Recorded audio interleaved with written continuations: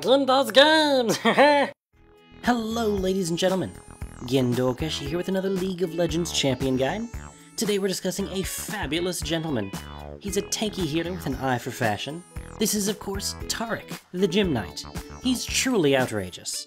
Truly outrageous. Quit polishing your rocks long enough to take notes. It's time to learn how to Taric. Taric is a fantastic gentleman on the fields of justice. He is usually a tanky support, but is both functional and stylish in the jungle and at the top lane. His focus is primarily on buffing his allies both offensively and defensively, and with a powerful crowd control spell, he's quite the dangerous man in lane and in teamfights. Taric's passive is Gemcraft, as is befitting of a Gym Knight, though what that has to do with the ability exactly, I'm not entirely sure. Quite simply, this makes his basic attacks deal bonus magic damage equal to 2% of his maximum mana.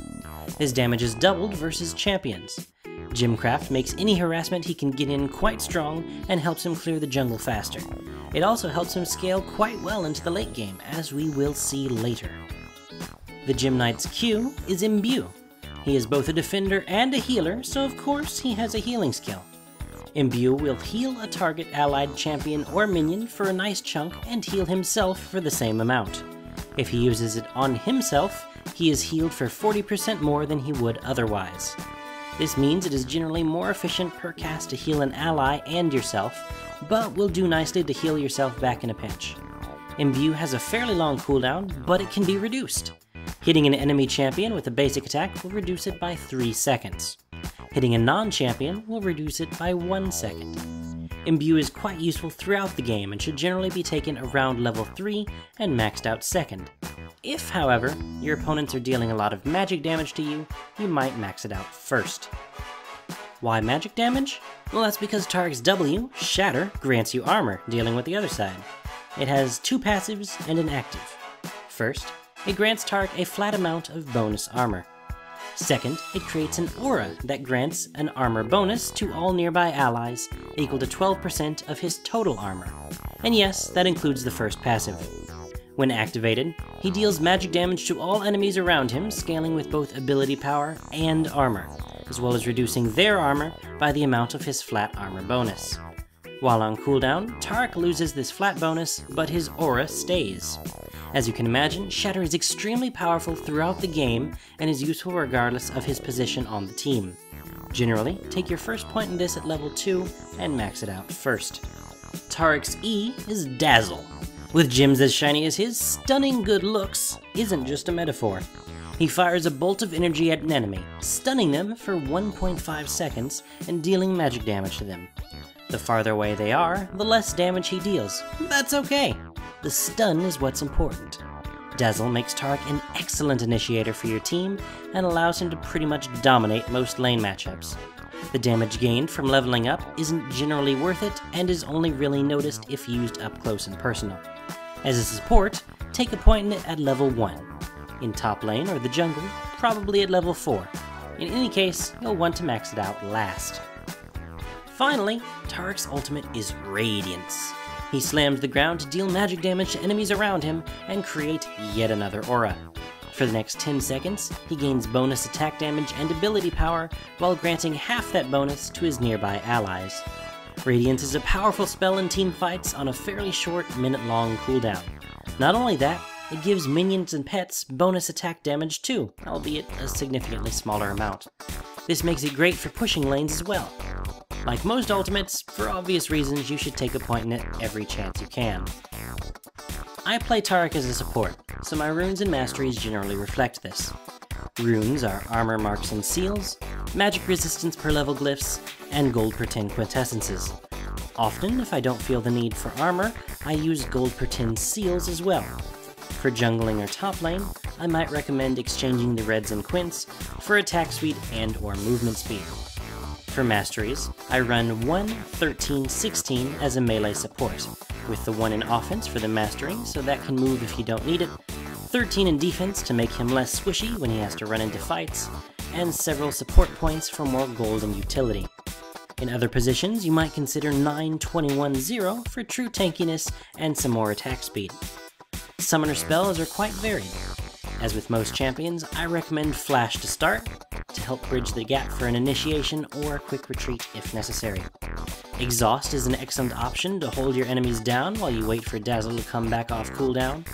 Clairvoyance and Heal are both great spells as a support for map vision and keeping your carries alive respectively. And of course, if you're jungling, you want to take Smite. Taric has many different options for items, but I tend to always start my game the same. 1 Fairy Charm, a Vision Ward, 2 Sight Wards, and 2 Health Potions. This will keep you sustained through the early game while you build up your defenses as well as grant you some vision. We'll discuss the application of those wards in a little bit. Regardless, you'll want to turn that Fairy Charm into a Philosopher's Stone and start working towards Sight Stones as soon as possible.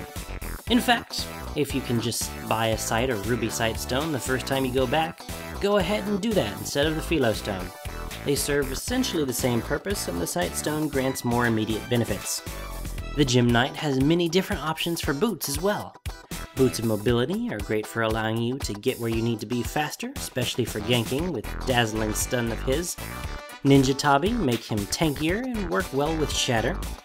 Boots of Lucidity let you do everything else more often, of course. And Mercury Treads give you tenacity, which is good on everything. Next, we're going to one item that Taric scales well with. Personally, I prefer Iceborne Gauntlets. They provide mana for more damage from Gemcraft, armor for Shatter, AP for everything, cooldown reduction because yes please, and a unique passive that will make you one heck of a wrecking machine, allowing you to lock down your targets even more once you've stunned them. Other related options are Frozen Heart and Randuin's Omen. You could even take more than one of these options if you'd like, just think about what's most appropriate against your opponents. An aura item or two would not be remiss on the King of Auras here. Locket of the Iron Solari is extremely efficient, and a shield on your allies on top of your other auras is crazy powerful. Similarly, Runic Bulwark will keep everyone alive and well.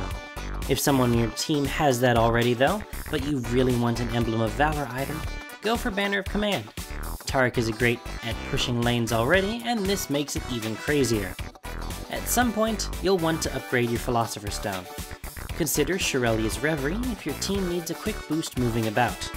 You might also consider Ohm Wrecker early in the game, especially if you're ganking a lot. Speaking of ganks, let's talk about the jungle for the moment. As a jungler, you would of course start with a Hunter's Machete and 5 health potions. That machete is the only thing really out of place in your build, but we can still make use of it. Spirit of the Ancient Golem is a great defensive item for Taric, giving health, armor, and tenacity.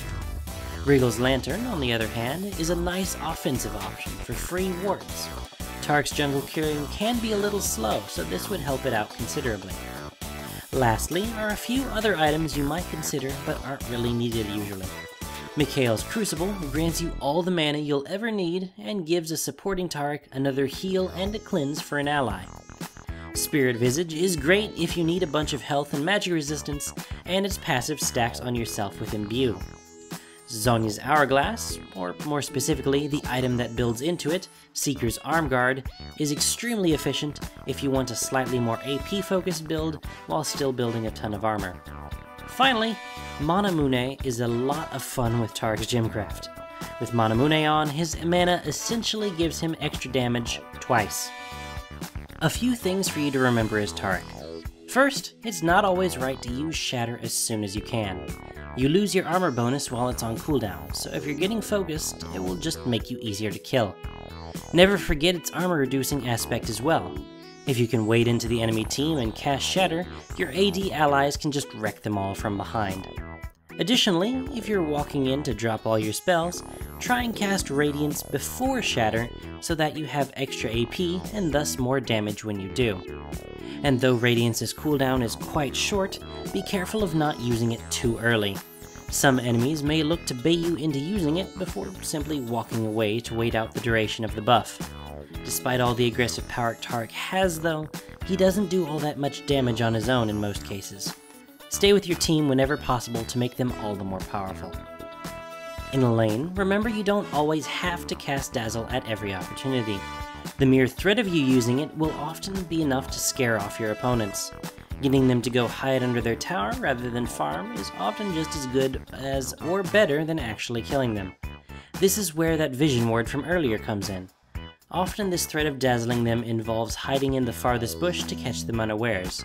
Smarter players will try to ward this to keep you from doing so, but with a vision ward you can counter it. Taric synergizes well with many champions throughout the game. In the laning phase as a support, he works quite well with any aggressive carry, someone who can capitalize on his stun. The classic example of a great combo is Caitlyn. If Taric lands a Dazzle, Caitlyn can drop a trap at their feet to lock them down long enough for the pair to smash them into little chunks. In the late game, he combines well with other champions with auras to boost the overall beefiness of your team. The prime example currently, especially in high-level play, is Jarvan.